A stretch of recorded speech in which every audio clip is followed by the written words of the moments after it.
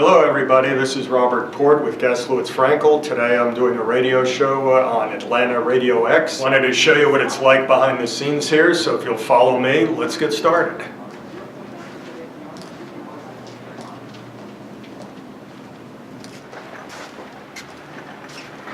Come on in guys, this is where the action's going to occur. Hi Mike. Hey Robert, Mike Salmon. Good to see you. Brandon Kiever. Brandon, good to see you. Stephen Jillian is our co-host. He'll be in shortly. Okay. Getting some coffee. Terrific. Why don't you sit right here? You're number one. Number one, all right. Yeah, that's true. You're not having fun. Definitely have a lot of fun. All right, here we go. And hello again, everybody, and welcome to Gwinnett Business Radio. I'm Mike Salmon, alongside my trusty co-host, Stephen Jillian. Hey there, Stephen. Hey, Mike, I will ignore the pause. Hey, I'm in a new seat today. You're in a very comfortable seat today. Yes, I'm closer to you. Either I'm getting promoted, or we have a very, very special guest that I want to sit across from. Definitely not the former. It must be the latter. It's the latter, yes. Absolutely. And we do have a great guest joining us from the law firm of Gaslowitz Frankel LLC. It is Robert Port. Good morning, Robert. How are you? Good morning, Mike. I'm fine. Thank you for having me. Thanks for joining us today. Gaslowitz Frankel LLC, an experienced trial practice firm specializing in a lot of aspects of law. Go ahead and tell us about your firm and what do you guys specialize in? Our focus is primarily what lawyers would call fiduciary litigation. And for the layperson, what that means is when you have an issue with someone in a position of trust who has abused that trust. So for example, we do a lot of work in the trust and estates litigation area. And that would be a situation, for example, where if someone passes away and an executor or administrator is appointed to take care of their affairs and they don't do exactly what they're supposed to do. They mismanage the money, they mishandle the money, they don't distribute according to the will. There are also situations in the trust arena where, for example, if a trust is set up either when someone is living or after they pass, for example, for the protection of minor children, and the trustee also does not do what they're directed to do under the trust. They misappropriate money, they don't distribute income or principal as required. So those are two principal areas. My particular focus in the practice is what I call securities litigation, and that's generally representing people who have issues with their stockbroker, financial advisor, or insurance agent. Also people who should have a position of being a fiduciary, i.e. someone in who you repose a lot of trust and confidence to do what's right by you. And under the law, a fiduciary has the obligation, one of the highest obligations under the law, to treat somebody fairly, to do what's right for you, not for them. In other words, to put someone else's interests first. Other examples would be the relationship between partners in a business, or other partnership situation. In some instances, the relationship between a corporation and its shareholders, again in some instances, but that's generally the type of law we focus on. And we also do what lawyers would call business litigation, which is generally lawsuits, arbitrations, mediations involving business and money disputes. We don't do domestic work, we don't do criminal law. We don't do very specialized areas of the law, for example, patent or trademark or very intense tax controversies. So typically it's if there's a disagreement as opposed to, as you say, patent law, things like that. I think I know the answer to this. Are most of your clients individuals or companies, or do you see pretty much a 50-50 split? It's skewed more towards individuals rather than companies, but obviously companies can have disputes that we would handle on the business side. And certainly there are some instances where there are situations with a fiduciary relationship. A corporation could have a fiduciary relationship towards an individual in certain instances, so that'd be something we'd handle as well. And I think one way to think about what we do is to consider it to be dispute resolution in all different kinds of ways. Through litigation, i.e. lawsuits, arbitration, mediation, attempting to reach settlement, some way to resolve disputes that people haven't been able to resolve on their own. So jumping on that phrase of dispute resolution, I would imagine you could talk to us for hours about the broad spectrum of disputes that you've seen come across your way. My question would be are there some generalities you can bring up of where those disputes start? Or if I'm the person who has a dispute, where should I start? What should I be thinking about? How should I start the process when I'm coming to see an attorney?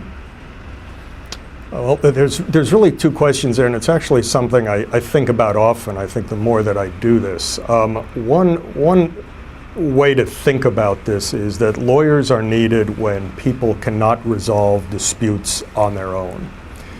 And there's a whole range, a whole gamut of the reasons that's not the case. Sometimes it's, if you will, benign. In other words, there's simply a disagreement. Somebody has a written agreement or a verbal agreement, and there's a dispute as to exactly what that means.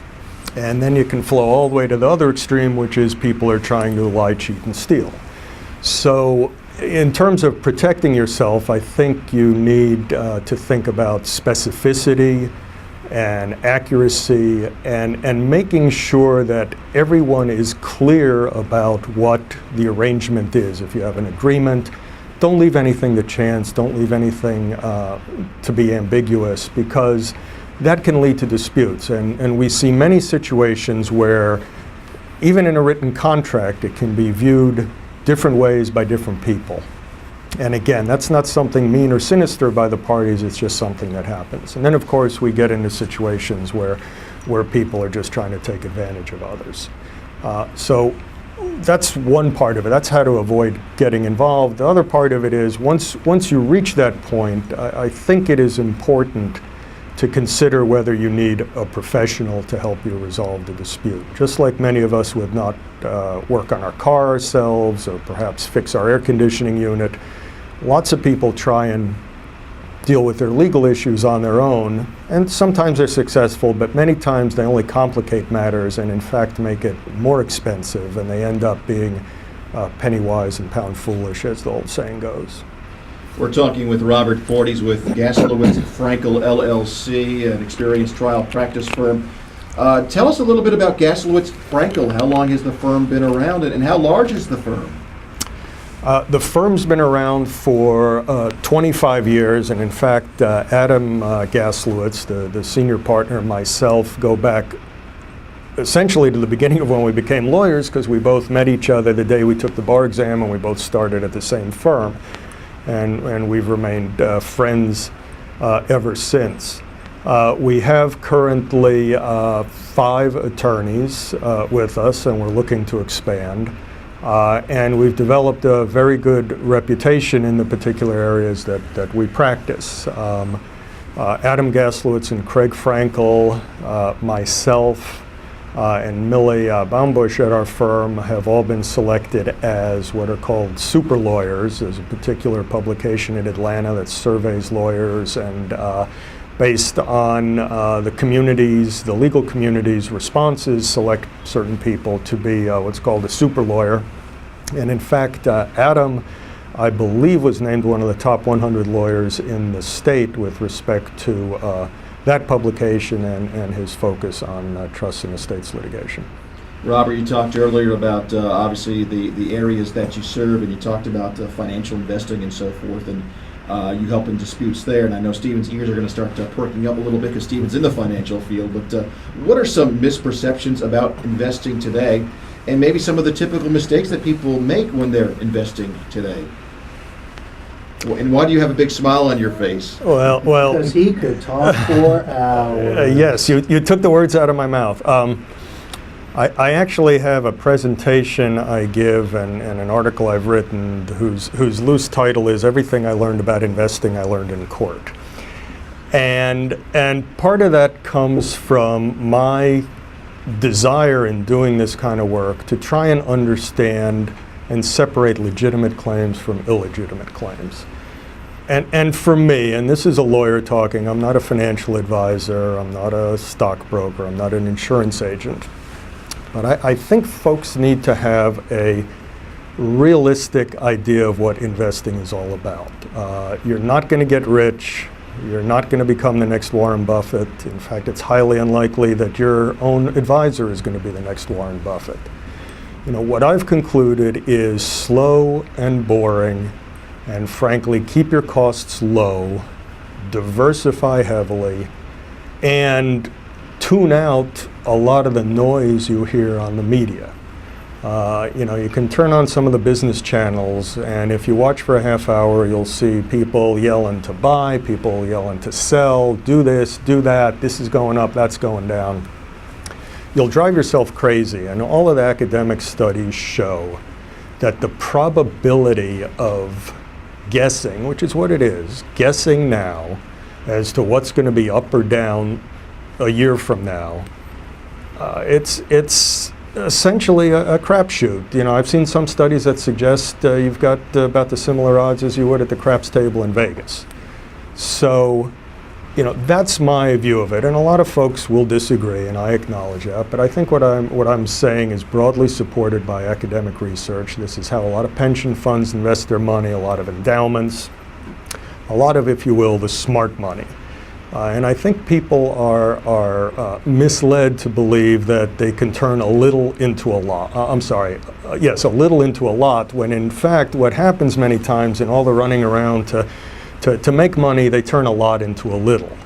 There's the old joke about how do you make $1 million on Wall Street? Well, you start with 5 million.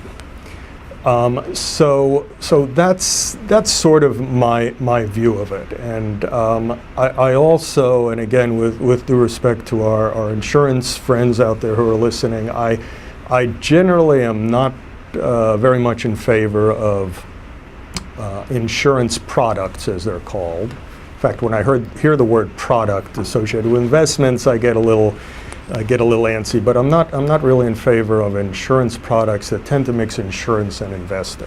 I think they are good for people who don't have the discipline to do it themselves, but if you have the discipline, you should get your insurance, pure insurance, and you should do your investing, pure investing, and proceed in that way. Because when you get into some of these products, the costs of doing so, both the cost of the product and frankly the cost of setting them up, and the insurance companies and the brokerage firms need to make a living too, they get a little piece of it along the way. And it may not seem like a lot, but over 20, 30 years of investing, you can lose literally hundreds of thousands of dollars to excess fees and costs. So that's what I would tell folks. And unfortunately, I think that is a hard sell, because no one wants to hear that for your investing, you should just be average. Everybody wants to go to their cocktail party and say, well, my broker got me into this, and it doubled, it tripled, he got me a house on the beach, we're doing this, that, and the other thing. It is not sexy what I'm talking about. It's not, frankly, something you want to talk about. But for me, my epiphany in thinking about this was the realization that we all can't be above average. There's a fella named Garrison Keillor who is or used to have a radio show on PBS or something, who used to talk about a town where all the kids were above average. And if you think about that a moment, mathematically, that's simply impossible. In any large collection of people, you're going to have people who are above average, you're going to have people below average. Most of us are going to fall in the middle. And my conclusion from that with respect to investing is you sort of ignore and try and avoid each end, either the highs or the lows, and you just try and hit in the middle. And I'm convinced, and I think the academic research shows this, that if you get average returns suitable for your own particular risk profile, which is something we can talk about later, over long periods of time, you're going to do better than the vast majority of people who are running around buying this, selling this, do this, don't do that. Any tips, and you've just given a few tips, but any very specific tips, if I'm an individual investor, and I'm thinking, what should I be thinking about, or what question should I ask my advisor to make sure he's got my best interests at heart? What should I be looking at? What should I be willing to pay?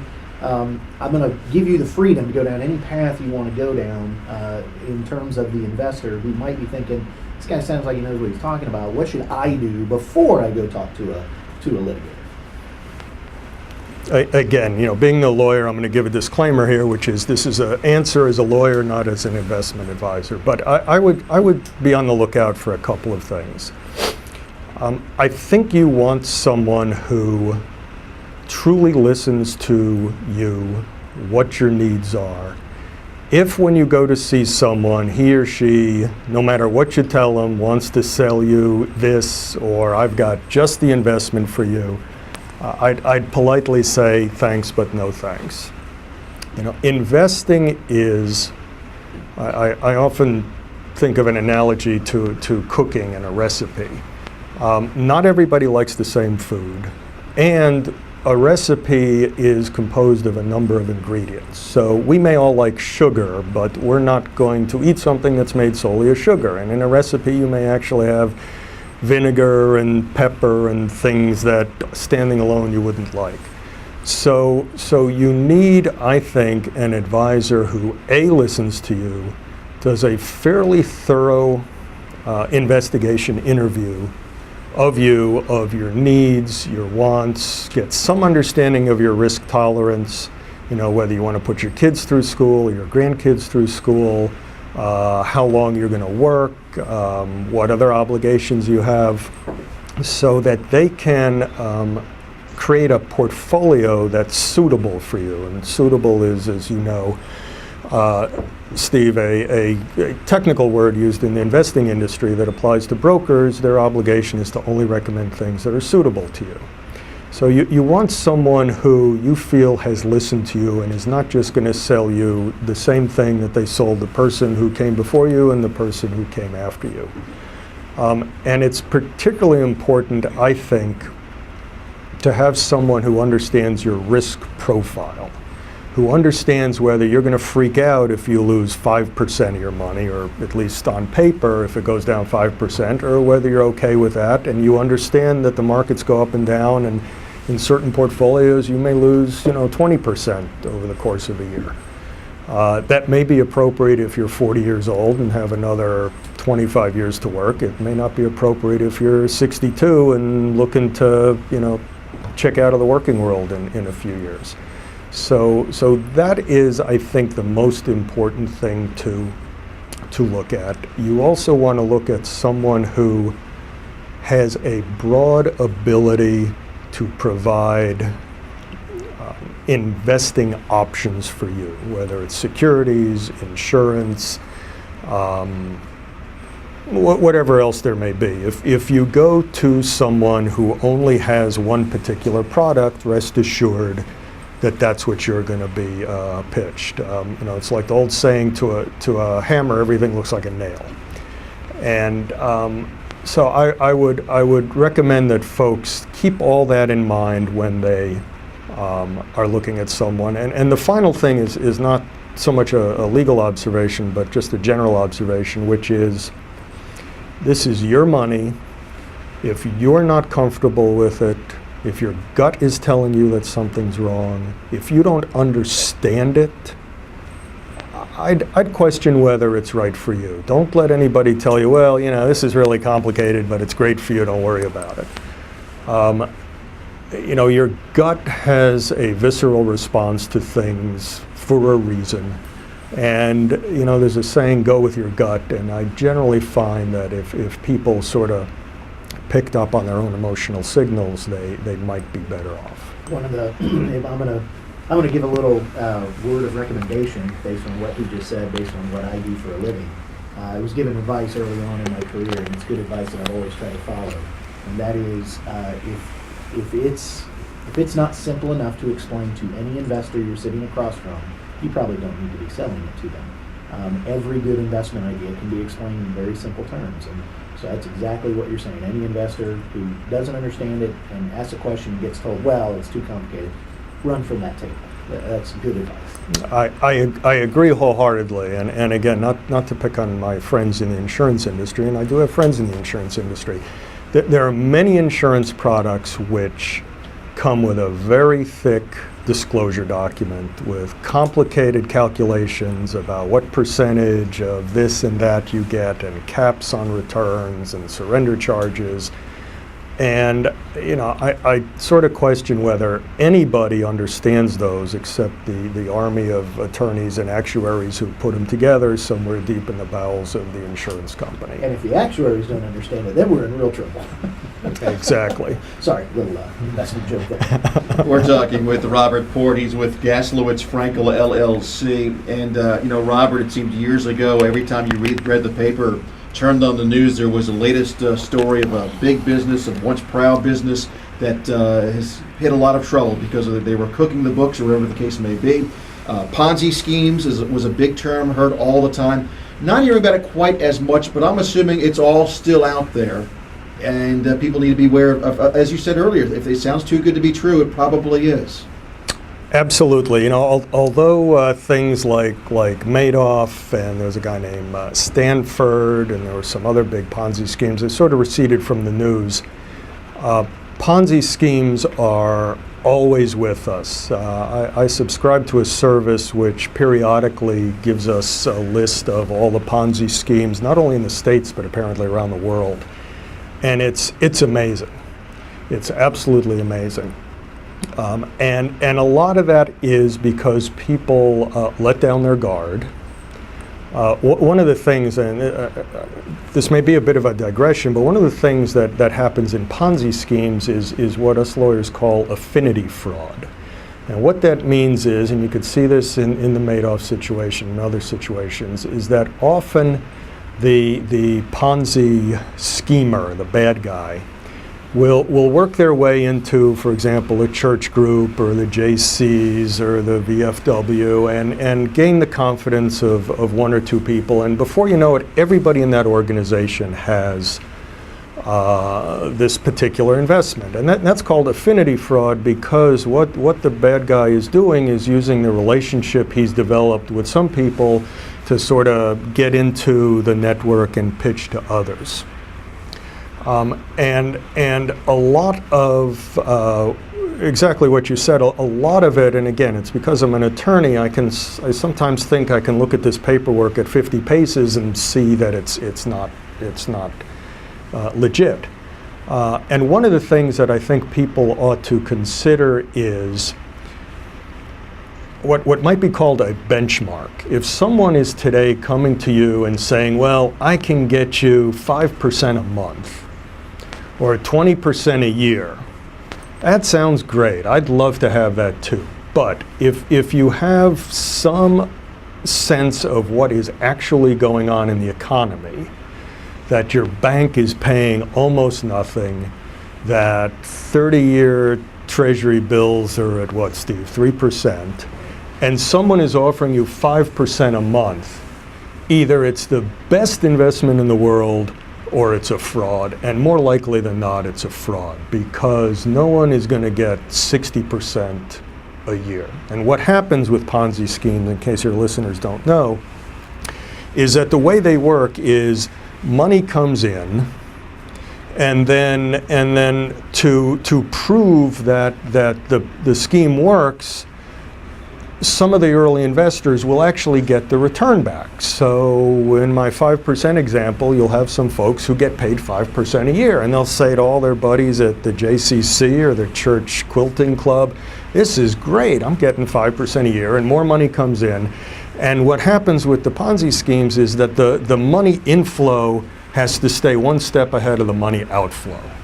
And what blew Madoff up and blows a lot of Ponzi schemes up is they reach a point where it just doesn't happen. And Madoff crashed because the market crashed, everybody wanted their money, and he just couldn't do it. And interestingly enough, Madoff was offering a return, as I recall, about 10% a year, which was not outrageous. So it didn't look on its face like a Ponzi scheme, but there were other things that other thoughtful people noticed, which is he did that year after year after year, and as Steve knows, the market does not move in a straight line. It's up and down, it's sideways, you have great years, you have lousy years. And something that is nice and smooth either is because it's an insurance or some kind of product where you're sort of paying the insurance for that to happen, or it's just not legit. there's one other point I'd like to make about Ponzi schemes, if you have a moment, Sure. and that is this. In many Ponzi schemes, what you see is that the scheme could not have happened without the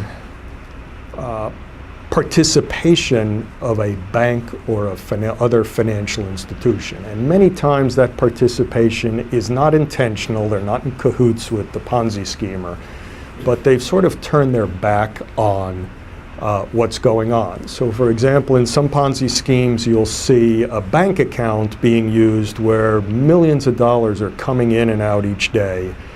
And from my perspective, as someone who does this on behalf of investors who get harmed by this, there are some significant questions to be asked as to whether the financial institution, if they'd paid attention to what was going on, and in these days of fighting terrorism, there's actually laws called anti-money laundering, there's a Bank Secrecy Act, there's other rules about what the banks need to do to monitor their accounts, monitor money coming in and out, and there are situations in many of these Ponzi schemes, and I believe a number of financial institutions in the Madoff matter are under scrutiny because they sort of turned a blind eye on what was going on, and billions of dollars are coming in, billions of dollars are going out, and nobody batted an eyelash. So the point of that comment is many times people who have been taken will see that the bad guy or gal, women do this too, has no money, and they'll just sort of throw up their hands and say, well, I got ripped off, and maybe the guy bought a Rolls Royce and they'll sell it and we'll each get 10 cents out of the money from the Rolls Royce. The point is that there may be other avenues of recovery from financial institutions that really sort of fell down on the job. So hopefully none of your listeners or anyone else gets taken by a Ponzi scheme, but my suggestion would be, if you're in that situation, don't give up, and have somebody who's qualified take a look at it and see whether there's other avenues where you may get some recovery. I think we can do an entire show just on Ponzi schemes and things like this. It's for me, it's very fascinating. Robert, you're not only a successful business litigation attorney, but I understand you're an author as well. Tell us all about your book. Well, I guess saying I'm an author overstates it a little bit. I'm actually an editor of a book. I was approached by the Daily Report, which is a local business publication for attorneys here in Atlanta, which is owned by a parent company called ALM, American Law Media. And they are doing books in various jurisdictions, in other words, various states around the country, dealing with particular areas. So in Georgia, there is a book on divorce litigation. And these are generally written by attorneys for attorneys. There's a book on construction law. There's a book on evidence. And what I was asked to do was to edit a book on business litigation.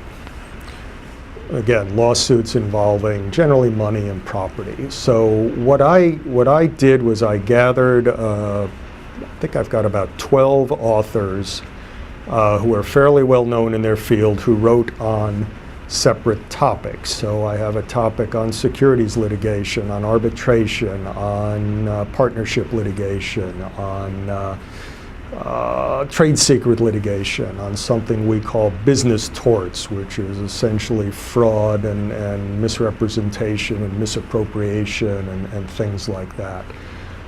It was very interesting to do. It was a lot of work, but actually most of the credit goes to my authors because they wrote it. I gathered it together, I edited it, and got it to the editors who are actually in New Jersey, the headquarters of American Law Media, and they put it all together, and the book came out, I guess late last year. We're working on an update now because the law is always changing and there's always new cases coming out. So every year we're going to do an update with new cases and new law and new developments. So what's the name of the book? I want to get it to #1 on Amazon. Let's go. What's The name of the book is Georgia Business Litigation. I'm sure a hot seller right after all the John Grisham and Ludlum titles. Right after we get those, we'll go get Georgia That's Business right. Litigation. That's right. So one question also for you, Robert. You So the book is a resource. Any client who sits down with you, obviously you are the main resource, and your firm is a resource. What other resources can people look for, maybe initial resources before they call and sit down, before they're on the clock, if it were, if I can use that phrase with you. I understand you guys just launched a Twitter account. I'm assuming that's a resource. So what kind of resources can people use apart from just calling you and say, Robert, I got to sit down with you as soon as possible? What other resources can people use? Sure. I mean, we have a website, gaslowitzfrankel.com. You can also find us on Twitter at Estate Dispute. And also we have a Facebook page, and we're all just beginning to develop this. So some of this is, as they always are, a work in progress, and it's facebook.com/estate dispute. And I myself, in my particular area, have a number of articles I've written, mostly geared towards attorneys, but some other topical areas as well. And the website we hope to be redeveloping shortly and be a good resource for people who may have general questions in our area or just want to take a look at us and our pictures and find out a little bit about us before they give us a call. I hope I get invited to the next workshop that you do. You titled it, I believe, going back to the beginning of the interview, Everything I Need to Know About Investing I Learned in Court. I want to be invited to that one. So. I'll be happy to do so. So you never end up in court, Amen, having to face this gentleman right here. You also have. Do you have an upcoming event or events coming up, Robert, that you're involved with? That are they tied in with the book? That's right. Thank you for mentioning that. Next week, actually, I think next Tuesday evening, one of the law firms here, where one of the other authors of one of the other books, the book on evidence, as I recall, the book on appeals, they're doing, a book event, I guess, if you will, sort of a book signing and a reception and things like that. And that's going to be at the Bondurant Mixon law firm, which is in Midtown. It's going to be interesting to see that. I know some of the authors of some of these other books, and it will be good to see all of us together and experience what that's all about. That's wonderful. Well, congratulations on all your success. I find it fascinating, the study and the work that you do. You mentioned it just a minute ago, your website. Go ahead and give the website, the Twitter, the Facebook one more time for those that want to find out more information about Gaslowitz Frankel LLC. Okay. The website is gaslowitzfrankel.com. The Twitter is @Estate Dispute. And the Facebook is facebook.com/estate dispute.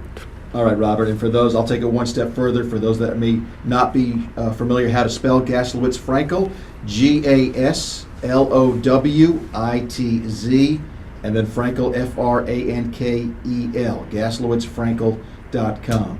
Robert, it's been a pleasure getting to meet you today. A great interview, very enjoyable. And I know for Stephen as well. And hopefully, Stephen, you'll only see him here in the studio, and you'll never see him in the courtroom. Well, we can have lunch together too, but yes, I hope I never face you in the courtroom. I'll just keep doing the right thing by my clients. Robert Port from Gaslowitz Frankel LLC. Thank you so much, Robert. Thanks for having me. All right, and a big thank you to all our listeners as well. A quick reminder that Gwinnett Business Radio can be heard throughout the day on the Gwinnett Business RadioX station, and that you can listen to this show or any of our shows 24/7 by logging on to GwinnettBusinessRadio.businessradiox.com. For Stephen Julian, I'm going to take a big risk, Mike, and the reason I'm going to do it at the end is so that Robert can't counter. I always heard the joke that when the investor comes up to you and says to an advisor and says, "How can I make $1 million?" The advisor says, "Give me $2 million, not 5." I've heard the same thing many times in minor league sports field. If you want to be a successful minor league sports owner and want to make $1 million, you start with actually $10 million. So I think we've all heard the same variants of the same joke. Absolutely. For Robert, for Stephen, for my partner and producer, Brandon, I'm Mike Salmon. We'll see you next time right here on Gwinnett Business Radio.